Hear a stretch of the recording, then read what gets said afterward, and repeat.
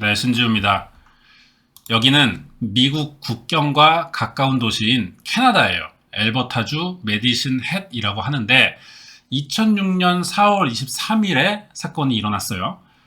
장소는 조용한 동네고요. 외국에서 흔하게 볼 수 있는 평범한 가정집이었습니다. 여기에요. 이 집에는 리차드슨이라는 부부가 살아요. 건너편 집에는 데이브와 수잔이라는 부부가 살고요. 이웃 사촌 뭐 이런 개념입니다. 친하대요. 서로 집도 자주 가고 평소에도 자주 어울리거나 뭐 이런 사이인데 이날도 같이 차 한잔 하려고 리차드슨 부부의 집을 데이브와 수잔이 찾아간 거죠. 초인종을 눌렀습니다. 그런데 리차드슨 집에서 아무 반응이 없는 거예요. 부부는 이 시간에 집을 비운 적이 없었다고 합니다. 그동안. 그런데 너무 조용해서 이상했거든요. 차고엔 차도 그대로 있어요. 그래서 현관문을 계속 두드리고 초인종을 눌러봤는데도 아무 소리가 나지 않자 혹시나 해서 데이브가 이 현관문 손잡이를 한번 돌려봤습니다. 그랬더니 문이 열려요. 차가 그대로 있는데 문도 잠그지 않고 외출을 할 수는 없는 동네거든요. 놀란 부부는 리차드슨 가족에게 무슨 일이 생겼을 수도 있겠다 싶은 생각으로 천천히 집안에 들어갔죠. 이름을 부르면서 집안을 둘러봤지만 정말 아무도 없는 겁니다. 이 부부는 자주 놀러오던 집이라서 내부를 잘 알고 있었거든요. 그래서 집안에 이상한 점을 발견할 수가 있었어요. 거실 끝에 항상 닫아놓던 문 하나가 있어요. 마침 여기가 또 열려있던 거죠. 이 문은 지하실로 내려가는 계단 입구거든요. 수잔과 데이브는 지하실 문이 열려있는 걸 보고 겁이 났습니다. 남편인 데이브는 여기를 확인해 봐야겠다는 생각에 지하로 내려가기 시작했고요. 그동안 아내인 수잔은 리차드슨 부부와 아이들이 자는 2층을 올라가 봤어요. 지하실에 내려간 남편 데이브가 휴대전화 플래시 켜고 주변을 둘러보려고 막 하는데 2층에서 아내인 수잔이 비명을 지르는 겁니다. 남편을 빨리 오라고 부르는 거예요. 뛰어 올라가 봤죠. 수잔은 아이들 방 입구에 서 있었는데 얼굴이 창백해져서 안을 가리키고 있었다고 합니다. 방 안을 들여다보고 데이브도 같이 비명을 질렀어요. 침대에 리차드슨 부부의 아들이 온몸에 칼을 찔리고 죽어있던 거죠. 부부는 집 밖에 나와서 경찰에 살인사건 신고를 합니다. 이렇게 사건 조사가 시작됐는데 그러면 이 아이 부모들은 지금 어디 있냐는 거예요.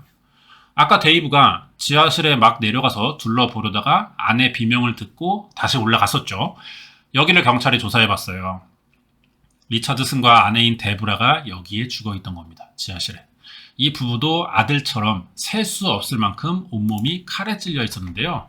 경찰은 사건 발생 원인을 알아보기 위해 이번엔 거실과 2층을 조사해봅니다. 처음엔 돈을 노리고 쳐들어온 강도의 범행이진 않을까 생각해봤지만 집에는 억지로 들어오거나 몸싸움의 흔적이 없었다는 거예요. 사라진 돈, 물건도 없습니다. 부부가 둘 다 사망했으니 치정일 가능성도 낮아 보이죠. 남은 건 원한이에요. 경찰은 주변인 조사에 들어가는데요. 일단 현장을 발견한 수잔과 데이브 부부가 친한 사이라니까 그동안 죽은 가족에게 이상한 점이 없는지 물어봤습니다. 이 가족은 주변에 원한을 살 만한 성격은 아니라고 했는데 경찰은 이 다음 말을 듣고 이게 보통 사건이 아니라고 생각했거든요. 리차드슨 부부는 아이들을 키우고 있다고 했었죠. 자식이 둘이에요. 그런데 집에서 발견된 아이는 한 명밖에 없다는 겁니다. 이 와중에 리차드슨 부부의 첫째인 12살 딸 자스민은 사라져 있던 거죠. 경찰은 아이를 납치해간 범인을 빨리 찾아야 됐어요. 이미 가족을 셋이나 살해한 뒤라 자스민을 상대로 어떤 성범죄나 2차 범행을 저지를지 모르는 상황이었거든요. 바로 아동 공개 수배 내립니다. 그리고 하루 만인 2006년 4월 24일 경찰서로 이 사건의 제보 전화가 왔어요. 사건이 벌어진 메디슨 헷과 130km 떨어진 고속도로 휴게소에서 일하는 여성인데 지금 20대 정도로 보이는 남성이 자스민을 데리고 여기서 밥을 먹고 있다는 거죠. 경찰이 바로 출동해요. 갑자기 달려들면 범인이 자극돼서 인질극으로 이어질 수도 있기 때문에 떨어져 관찰했고요. 일단 적당한 상황을 기다려보기로 했거든요. 여기서 경찰은 이해 안 되는 장면을 보게 됩니다. 살해, 아동 납치 용의자로 의심되던 남자와 같이 있는 자스민이 너무 친해 보이는 거예요. 사귀는 사이 같아 보였거든요. 경찰은 제보 전화가 잘못된 게 아니냐는 생각도 들었지만 자세한 확인을 해보기 위해서 먼저 접근합니다. 혐의 사실 밝히고 경찰서로 연행해 가기로 했죠. 그랬더니 이 남자가 별 항의도 하지 않고요. 경찰차에 타요, 순순히. 그러더니 범인이 맞다고 인정을 하는 겁니다. 범인 잡았어요. 거기에 공범이 있었다면서 정체도 밝혔는데 이 공범이 바로 범인 옆에 있던 살해당한 가족의 생존자인 자스민 리처드슨이라는 거죠. 그러니까 지금 12살짜리 여자애가 성인 남자친구와 같이 자기 가족을 죽인 사건이라는 거예요. 리처드슨 가족의 딸인 이 자스민은 12살이고요. 공범인 남자친구 제레미 스테잉크입니다. 이름이 23살이거든요. 이 사람들은 2006년 락밴드 콘서트에 갔다가 우연히 만났어요. 이게 사건의 시작이라고도 할 수 있는데 자스민은 이때 보는 대로 고스에 빠져 있었습니다. 이게 주로 검정색 옷 많이 입고요. 해골, 피, 칼, 악마 이런 죽음과 관계된 상징을 좋아하는 이런 패션을 고스라 부르거든요.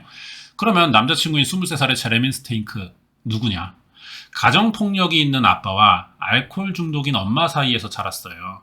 어릴 때부터 친구를 잘 사귀지 못했고 우울증과 ADHD가 생기면서 학교 내내 괴롭힘과 따돌림을 받았습니다. 당연히 이렇게 자라면 성인이 돼서도 제대로 된 사회생활을 할 수 없겠죠. 뭐 할 생각도 없었고요. 집에서 인터넷만 한 거예요. 이때 제레미가 가장 많이 들어가던 사이트는 vampirefreaks.com이라고 하거든요. 여기가 원래는 커뮤니티 사이트였는데 지금은 샵으로 바뀌었더라고요. 제레미가 여기서 자기를 300년 된 늑대 인간이라고 소개한 적이 있습니다. 뭐 이게 인터넷이니까 재미로 그럴 수는 있는데 제레미는 조금 진심으로 했던 것 같아요. 확실히 보통의 23살과는 다른 행동이었고요. 자스민은 여기에 또 관심을 보였던 거죠. 이때부터 SNS로 연락하다가 사귀게 된 건데 당연히 자스민의 부모가 이걸 말려야겠죠. 12살밖에 안 된 딸이 11살이나 많고 거기에 정상적이지도 않아 보이는 성인 남자와 만나는 걸 알게 되면서 다시는 만나지 말고 통금 시간도 정합니다. 사춘기인가 보다 싶어서 좀 바로 잡아주려고 했던 거예요. 약간의 강제성을 동원한 거죠. 하지만 부모의 마음을 전혀 이해하지 못하는 자스민은 오히려 더 심하게 반항을 했고요. 인터넷에 부모를 죽이고 싶다는 글까지 쓰기 시작합니다. 그리고 남자친구인 제레미에게 엄마 아빠 죽이고 같이 살자는 메시지를 보냈다는 거예요. 자스민의 메시지를 본 제레미는 올해 또 자기가 남자친구라고 여자가 원하는 걸 해주고 싶다는 생각이 들었다는 거죠. 그래서 2006년 4월 22일 자스민 가족의 집으로 가게 됐던 겁니다. 자스민은 가면을 쓰고 사건 당일 부모 몰래 집 밖에 나와 있었어요. 제레미가 도착하자 같이 집안에 들어가서 가장 먼저 마주친 엄마를 공격합니다. 범행 자체는 제레미가 전부 저질렀고요. 엄마의 비명소리에 아빠가 1층으로 내려왔지만 칼든 제레미에게 똑같이 당할 수밖에 없었고 순식간에 부부가 사망한 거죠. 그리고 자스민과 제레미는 부모의 시신을 평소 잘 사용하지 않던 지하실로 옮긴 뒤 범행 현장이 최대한 늦게 발견되도록 청소를 했어요. 하지만 범행은 여기서 멈추지 않는데요. 이제 남자친구와 같이 살 수 있다는 생각에 들떠서 집을 나가려다가 갑자기 남아있는 남동생이 생각난 겁니다. 그래서 다시 제레미에게 부모 없이 남겨질 동생이 너무 불쌍하니까 엄마 아빠를 따라가게 해주자면서 또 남자친구에게 살인을 지시한 거예요. 제레미는 1초도 고민하지 않고 2층으로 뛰어 올라가서 자스민의 남동생까지 죽였죠. 동생은 2층에 있었기 때문에요. 시신이 늦게 발견할 거라고 생각했었는지 부모처럼 옮기진 않았고 그대로 집을 빠져나갔습니다. 하지만 사건이 발생한 지 하루 만에 친한 이웃집 부부인 데이브와 수잔이 이 가족의 집을 찾아왔던 거예요. 그리고 현장 발견하면서 경찰에 신고를 했고 빠른 수배로 제보자까지 나타났던 거죠. 범인은 경찰인 자스민 리처드슨과 제레미 스테잉크를 조사하면서 또 놀랐는데요. 당연히 성인인 제레미가 어린 여자애를 속여서 범행을 부추겼을 거라 생각했지만 이야기 들어보니까 반대로 모든 게 다 자스민의 계획이었고 살인에도 적극 가담을 했었다는 겁니다. 재판은 따로 열렸어요. 자스민이 미성년자니까 소년 재판을 받았던 것 같은데 먼저 남자친구인 제레미 스테인크가 리차드슨 가족 3명을 살해한 혐의 1급 살인이 인정되면서요. 캐나다의 최고형인 25년간 가석방이 불가능한 종신형을 받았습니다. 2006년에 들어갔으니까 2031년에 석방되겠죠. 자스민도 똑같은 1급 살인의 유죄를 받았는데 나이가 어려서 14세 미만이니까 소년법상 최고형인 10년형을 받았어요. 좀 낮게 나온 감이 있는데 우리나라에서 예전에 그 인천에서 여고생이 초등학생 여자아이 납치 살해한 사건이 있었죠. 이때 주범이 18이었고요. 공범은 16입니다. 첫 재판 때는 둘 다 소년법 적용이 됐어요. 그런데 항소심 들어가면서 생일이 지난 거예요. 그래서 주범이 20년 받았고 공범은 13년형 받았거든요. 소년법 적용됐어도 이 사건보다 많이 받은 거죠. 신원보호도 받았어요. 자스민은. 언론이 이 사건을 보도할 때 범인의 실명을 쓰지 못하게 합니다. 그래서 자스민 리차드슨을 줄여서 JR로만 보도했어요. 재판이 끝나고도 말이 많았거든요. 범행 수법에 비해서 아무리 미성년자라도 너무 잔인했는데 형이 낮다는 거죠. 그런데 반대로 또 아직 어린아이니까 두 번째 기회를 줘야 된다는 의견도 있었습니다. 이걸 받아들인 거죠. 캐나다 법이 영미법에 근간을 두고 있어요. 우리나라는 대륙법이거든요. 그래서 범죄자 교화를 우선하지만 영미법은 처벌과 격리가 우선이에요. 그런데도 나이가 너무 어리다는 점 때문에 판단 능력이 떨어진다는 이런 이유를 감안해 준 것 같습니다. 많이 감형된 거라고 보면 돼요. 이게 자스민 최근 사진이거든요. 수감 생활하는 동안 정신과 치료, 재활치료 꾸준히 받았고요. 공부도 시작했습니다. 감옥에서. 정신이 정상인 수준으로 회복됐다는 진단을 받자 2011년이었거든요. 바로 대학에 원서를 넣고 합격도 해요. 감옥에 들어가 사는 재소자가 대학을 다닐 수 있게 된 겁니다. 하지만 범죄자 신분이니까 교도관이 동행하는 조건으로 다니면서 건축을 공부했고요. 2016년 5월 6일 10년형 다 채우고 출소했어요. 자기가 한 짓을 깊이 반성하고 과거를 되돌리고 싶다고 이야기했는데 되돌릴 수 있는 건 아무것도 없죠. 평생 자기가 한 행동 책임지면서 살아야 될 거예요. 중2병이 이렇게 무서운 겁니다. 준비한 내용이 여기까지고요. 뒤에 관련된 이야기 남아있어요. 여기까지가 자신의 가족을 모두 살해한 캐나다 최연소 살인마인 자스민 리차드슨의 사건 파일이었습니다. 네, 관련된 이야기 하자면은 잠깐 영미법, 대륙법 이런 이야기 나왔었잖아요. 이야기 좀 더 해보자면은 우리나라가 형이 좀 해외 선진국들에 비해서 낮게 나온다는 인식을 가지고 있어요. 사람들이. 이게 이유가 있습니다. 법은 크게 영미법, 대륙법으로 나눠요. 법에 대한 접근 방식, 사고 방식의 차이라고 할 수 있는데 우리나라는 대륙법을 쓰고 있습니다. 대륙법은요. 프랑스와 독일의 법 체계에서 시작됐어요. 우리나라 법이 일본에서 따왔다는 이야기 이렇게 많이 알고 계시는데 아시아권 대부분도 이 대륙법을 쓰거든요. 그러니까 일본이 먼저 프랑스와 독일의 대륙법을 가져왔고 우리나라는 일본의 법을 따왔기 때문에 가져온 걸 가져온 거죠. 결국은 대륙법인 거예요. 대륙법은 성문법주의라고도 합니다. 입법부가 만든 사법 체계를 근거로 한다는 거예요. 한마디로 매뉴얼을 따른다는 거죠. 정해진 틀 안에서 크게 벗어나는 판결을 그래서 하지 않습니다. 이러면 어떤 일이 생기느냐? 판사의 권한이 줄어들어요. 매뉴얼대로만 처리하는 거니까. 검사의 기소 사실이 타당한지 매뉴얼에 따져서 결정만 하면 되는 거죠. 거기에 범죄 예방과 교화를 또 우선으로 하니까 판사의 재량대로 형을 크게 줄 수가 없습니다.